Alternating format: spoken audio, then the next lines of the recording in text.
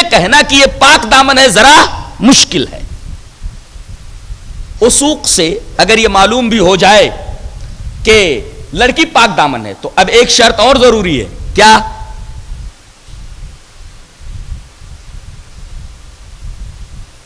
کہ اس سے شادی کرنے کے بعد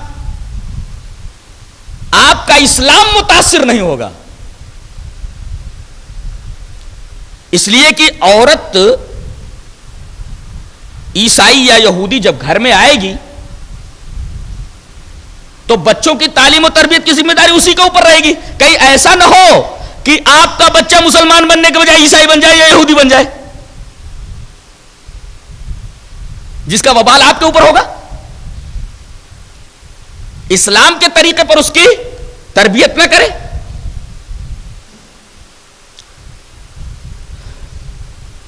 اور عام طور پر مرد عورتوں سے متاثر ہو جاتے ہیں. کہیں ایسا نہ ہو کہ یہودیہ عورت اور عیسائیہ عورت سے شادی کرنے کے بعد آپ کا ایمان خطرے میں پڑ جائے. اس لیے کہ عام طور پر مرد متاثر ہو جاتا ہے عورت سے.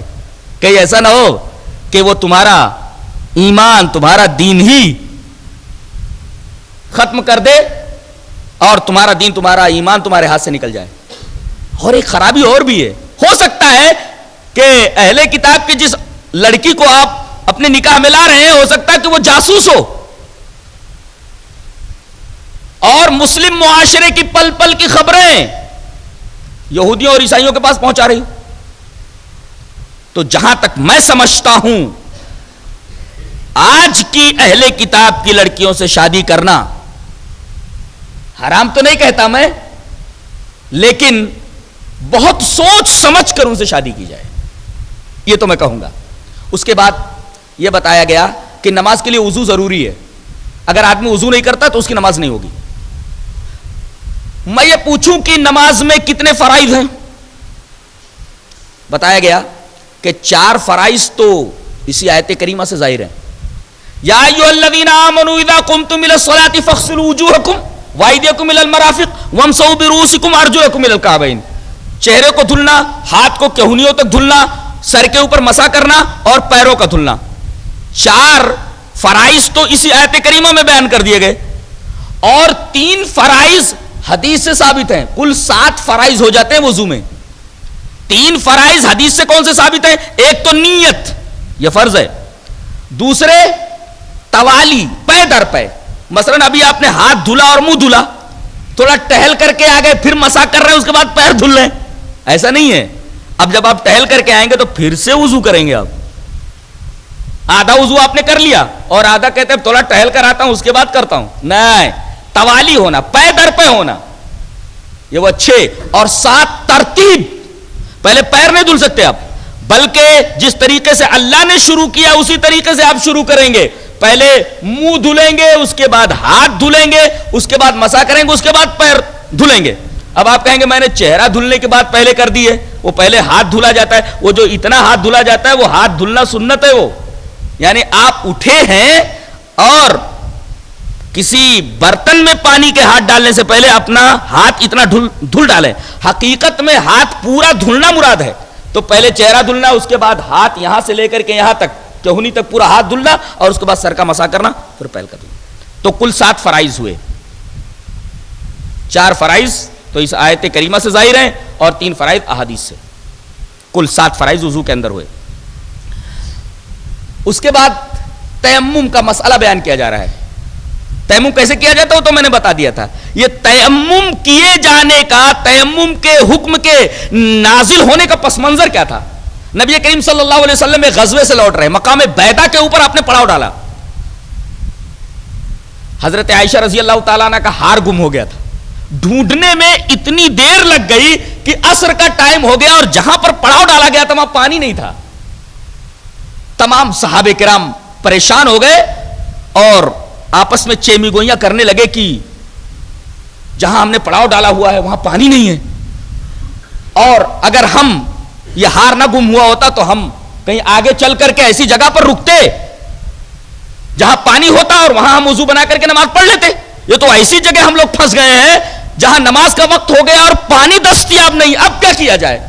صحابہ کرام آپس میں چیمی گوئیاں کر رہے ہیں، پریشان ہیں. حضرت ابو بکر صدیق رضی اللہ تعالیٰ عنہ آئے اور دیکھا کہ میری بیٹی کدھر ہے. اسی کی وجہ سے یہ مشکل پیش آئی ہے اور سارا لشکر پریشان ہے اس بچی کی وجہ سے. میرے دیکھا کہ نبی کریم صلی اللہ علیہ وسلم حضرت عائشہ رضی اللہ تعالیٰ عنہ کے زانوں پر سر رکھ کر کے سو رہے ہیں اور یہ بیٹھی ہوئی ہیں. قریب آئے، ایک چونکا دیا غصے میں.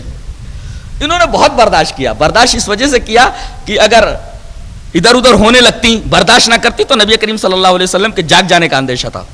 غصے میں چونکا دیا، کہ تیری وجہ سے ہم لوگ بہت پریشانی میں مبتلا ہو جاتے. ابھی حضرت ابو بکر رضی اللہ تعالیٰ عنہ چونکا مار کر کے ڈانٹ کر کے اپنی بیٹی کو باہر نکلے ہی تھے کہ ادھر وہی کا نزول ہوا کہ اگر پانی نہ ملے فَإِن لَّمْ تَجِدُوا مَاءً فَتَيَمَّمُوا صَعِيدًا طَيِّبًا فَامْسَحُوا بِوُجُوهِكُمْ وَأَيْدِيكُمْ. اگر پانی نہ ملے تو تم لوگ تیمم کر لیا کرو. تمام لشکر کے افراد کے درمیان خوشی کی ایک لہر دوڑ گئی. ہر آدمی آ کر کے حضرت عائشہ رضی اللہ تعالیٰ عنہ کے لیے ان کے باپ حضرت صدیق سے مبارکبادی کے کلمات کہنے لگا کہ اے ابو بکر کی اولاد، تمہاری وجہ سے شریعت کے اندر کتنی آسانیاں ہو گئی ہیں. تو حضرت ابو بکر صدیق جو ابھی تک اپنی بیٹی کے اوپر غصہ ہو رہے تھے، پیار آنے لگا حضرت عائشہ رضی اللہ تعالیٰ نے کو کہ میری بچی کی وجہ سے، اس کی وجہ سے اللہ تبارک و تعالیٰ نے مسلمانوں کے اوپر ایک طریقے کی آسانی فرما دی کہ اگر پانی نہ ملے تو مٹی سے تیمم کر کے نماز پڑھ لیا کرو. اس کا پس منظر یہ ہے.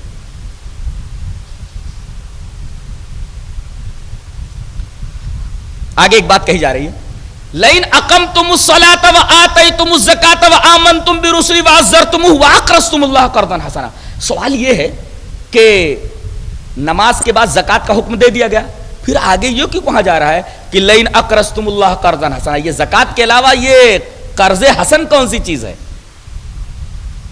جواب یہ دیا جا رہا ہے کہ زکوٰۃ تو فرض ہے ہی.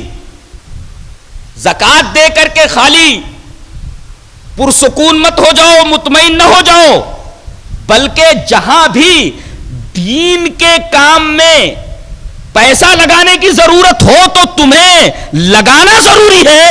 در حقیقت یہ اللہ تبارک و تعالیٰ کو تم قرض حسن دے رہے ہو. زکوٰۃ کے علاوہ بھی تم اپنا مال دین کے کاموں میں خرچ کیا کرو.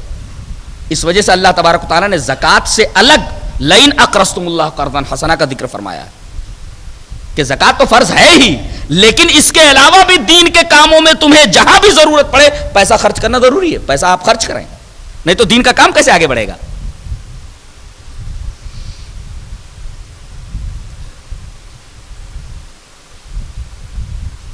اس کے بعد فرمایا جا رہا ہے کہ اگر کوئی دعا مانگو اور وسیلہ لے لیا کرو تو دعا زیادہ مؤثر ہوتی ہے، دعا کے اندر تاثیر زیادہ پیدا ہو جاتی ہے.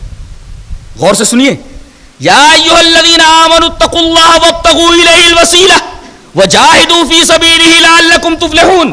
ترجمہ دیکھیے، اے ایمان والو اللہ تبارک و تعالیٰ سے ڈرو اور اللہ تک پہنچنے کے لیے وسیلہ تلاش کرو. وجاہدوا فی سبیلہ، اور اس کے راستے میں جد و جہد کرو، تب تم کامیاب ہوگے. لعلکم تفلحون، اللہ تک پہنچنے کے لیے وسیلہ تلاش کرو. میں نے ابھی کیا کہا؟ میں نے یہ کہا کہ آدمی جب کوئی دعا کرے اگر وسیلہ لے لے تو دعا کے اندر تاثیر زیادہ پیدا ہو جاتی ہے. وسیلہ جس دعا کے اندر لیا جائے وہ دعا بہت زیادہ مؤثر ہوتی ہے. اب سوال یہ ہے کہ یہ وسیلہ کیا ہے؟ مجمل ہے، کس چیز کا وسیلہ؟ اب جب واضح نہیں ہے تو اس کی وضاحت نبی کریں گے کہ وسیلہ کا کیا مطلب ہے. آدمی دعا کرے تو کن چیزوں کا وسیلہ لے؟ نبی کریم صلی اللہ علیہ وسلم نے فرمایا 3 چیزوں کا وسیلہ، اس کے علاوہ کسی اور چیز کا وسیلہ لینا جائز نہیں ہے دعا میں. ایک تو اللہ تبارک و تعالیٰ کے اسماء حسنہ کا وسیلہ، جیسے اے اللہ تو بہت غفار ہے میرے گناہوں کو بخش دے، اے اللہ تو بہت بڑا ستار ہے میرے گناہوں کو چھپا لے، اے اللہ تو ارحم الراحمین ہے میرے اوپر رحم فرما. تو اللہ تبارک و تعالیٰ کے اسماء حسنہ کے وسیلے سے دعا مانگنا. وسیلہ لے لو اللہ کے اسماء الحسنہ میں سے کسی ایک اسم حسن کا. دوسرے، اپنے کسی عمل صالح کا وسیلہ. حدیث